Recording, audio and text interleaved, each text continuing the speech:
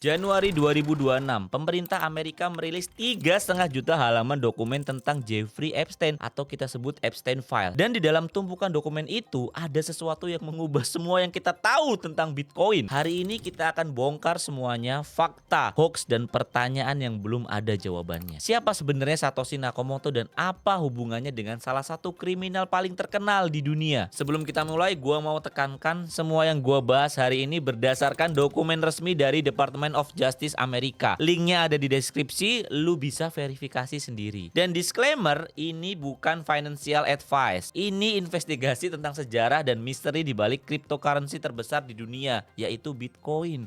Gua nggak mau kena masalah.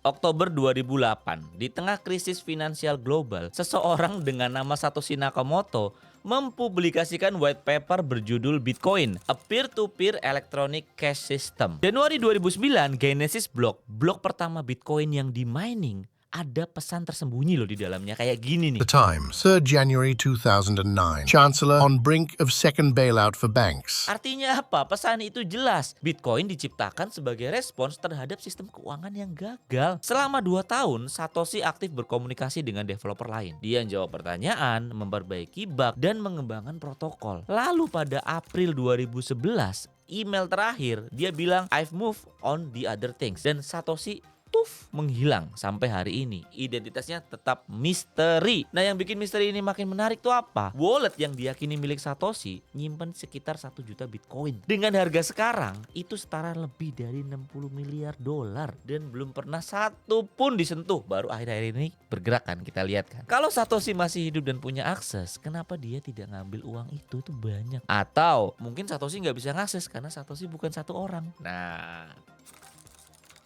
30 Januari 2026, Department of Justice merilis dokumen Epstein sesuai Epstein Files Transparency Act. 3,5 juta halaman, email, log, meeting, transaksi finansial, dan komunikasi pribadi. Otomatis komunitas kripto langsung mulai menggali. Mari kita mulai dengan yang terkonfirmasi, yang ada di dokumen resmi DOJ. Blockstream adalah salah satu perusahaan paling berpengaruh dalam ekosistem Bitcoin. Mereka mengembangkan Bitcoin Core dan berbagai infrastruktur penting. Adam Back yang sering digadang-gadang yang buat Bitcoin, co-foundernya Blockstream, adalah kriptografer legendaris. Dia menciptakan Hashcash, teknologi yang langsung dicite di white papernya Bitcoin bahkan. Dokumen DOJ menunjukkan Austin Hill, CEO-nya Blockstream, jadwalin meeting ketemu sama Epstein di St. Thomas, tetangganya Epstein Island tuh letaknya tuh. Pesannya kayak gini nih teman-teman. Sunday in New York, I think is a no-go because of our commitments on the West Coast, but Friday/Saturday on the island are still possible. Adam Back sendiri mengkonfirmasi di media sosial bahwa Epstein memang invest di Blockstream tahun 2014. MIT Media Lab punya divisi bernama Digital Currency Initiative (DCI). Ini adalah institusi akademis paling berpengaruh dalam research dan development cryptocurrency. Joichi Ito, mantan kepala MIT Media Lab, adalah orang yang memimpin DCI. Di dokumen Epstein ada email Ito ke Epstein, bilangnya begini nih. FYI, used gift funds to underwrite this, which allowed us to move quickly and win this round. Thanks. Artinya apa? Artinya gift funds, pendanaan dari Epstein, digunakan untuk mendanai development Bitcoin. Satu investor kripto menghitung 75% komit ke Bitcoin Core terjadi setelah Epstein mulai mendanai DCI.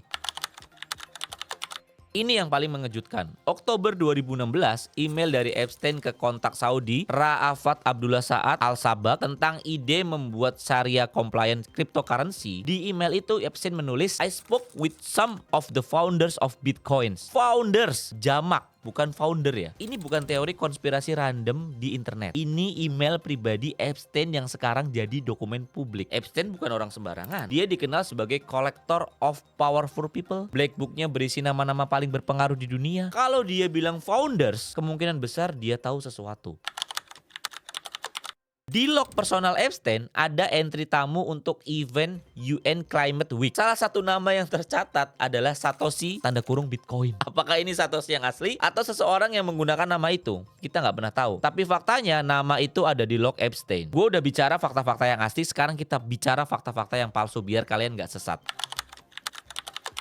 Ada screenshot email yang viral katanya dari Epstein ke Ghislaine Maxwell Oktober 2008. Isinya begini nih teman-teman, kalian bisa lihat sendiri. Ini hoax teman-teman. Snopes udah verifikasi email ini tidak ada di database DOJ. Alamat email Maxwell pakai domain terramar.org, tapi Terramar Project baru didirikan tahun 2012. Sementara email katanya dari 2008. Kemudian tidak ada email lain di seluruh dokumen yang memanggil Maxwell dengan nama Bine atau Bine. Kemudian format emailnya inkonsisten dengan dokumen asli lainnya. Jadi kalau lu lihat screenshot itu beredar, itu palsu. Yang gua bahas sebelumnya itu yang asli. Berdasarkan semua bukti ini, gue punya teori. Satoshi Nakamoto kemungkinan besar bukan satu orang, tapi grup. Kenapa? Yang pertama, code base-nya Bitcoin terlalu sophisticated. Bitcoin menggabungkan kriptografi tingkat tinggi, distributed system, game teori, dan economics. Ini bukan pekerjaan satu orang dalam waktu singkat. Nggak mungkin. Yang kedua, writing style-nya berbeda-beda. Analisis linguistik menunjukkan inkonsistensi. Kadang British English, kadang American. Berarti kan banyak orang yang nulis. Time zone pattern. Postingan Satoshi muncul di berbagai time zone yang tidak konsisten untuk satu individu.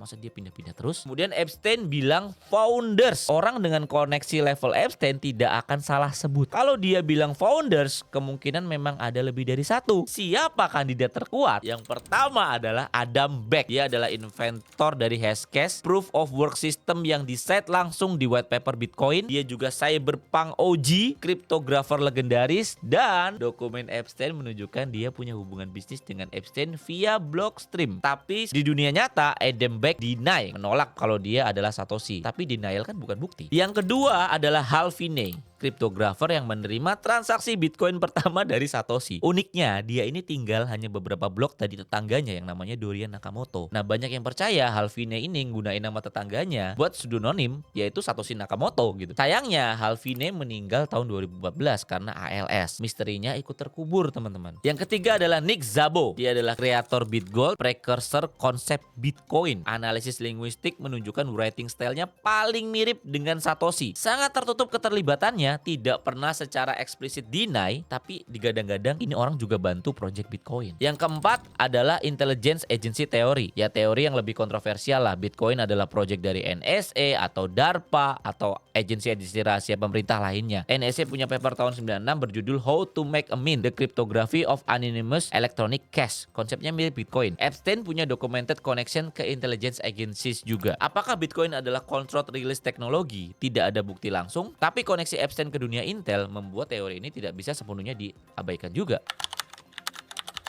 Dan disinilah ironi terbesarnya. Bitcoin diciptakan dengan naratif uang rakyat, decentralized, anti-establishment, tidak bisa dikontrol bank atau pemerintah. Tapi kalau dokumen Epstein benar, development Bitcoin sejak 2014 didanai oleh salah satu orang paling connected ke global elite. Uang rakyat itu lahir dari circle bilioner dan power brokers.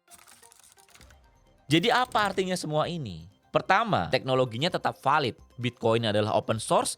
Siapapun yang menciptakannya, kodenya bisa diaudit oleh siapa saja. Sistemnya bekerja regardless of creator's identity. Kedua, misteri belum terpecahkan. Epstein Files memberi kita clue baru, tapi bukan jawaban definitif. Founders bisa berarti banyak hal, dan kita juga tidak bisa secara eksplisit menyebutkan dia foundernya. Ketiga, pertanyaan baru muncul. Kalau Satoshi adalah grup yang punya koneksi ke circle seperti Epstein, apa motivasi sebenarnya di balik Bitcoin? Financial revolution? Atau something else? Gak mungkin mereka ini pasti ingin memperkaya dirinya sendiri. Gua bukan di sini untuk kasih lu jawaban. Gua di sini untuk kasih lu fakta dan pertanyaan. Dokumennya public, justice.gov/Epstein. Lu bisa baca sendiri. Make your own conclusion. Kalau menurut lo video ini valuable, like dan subscribe. Gua bakal terus bongkar topik-topik yang mainstream media nggak berani bahas. Dan teman-teman komen di bawah, menurut lu siapa Satoshi Nakamoto? See you di video berikutnya.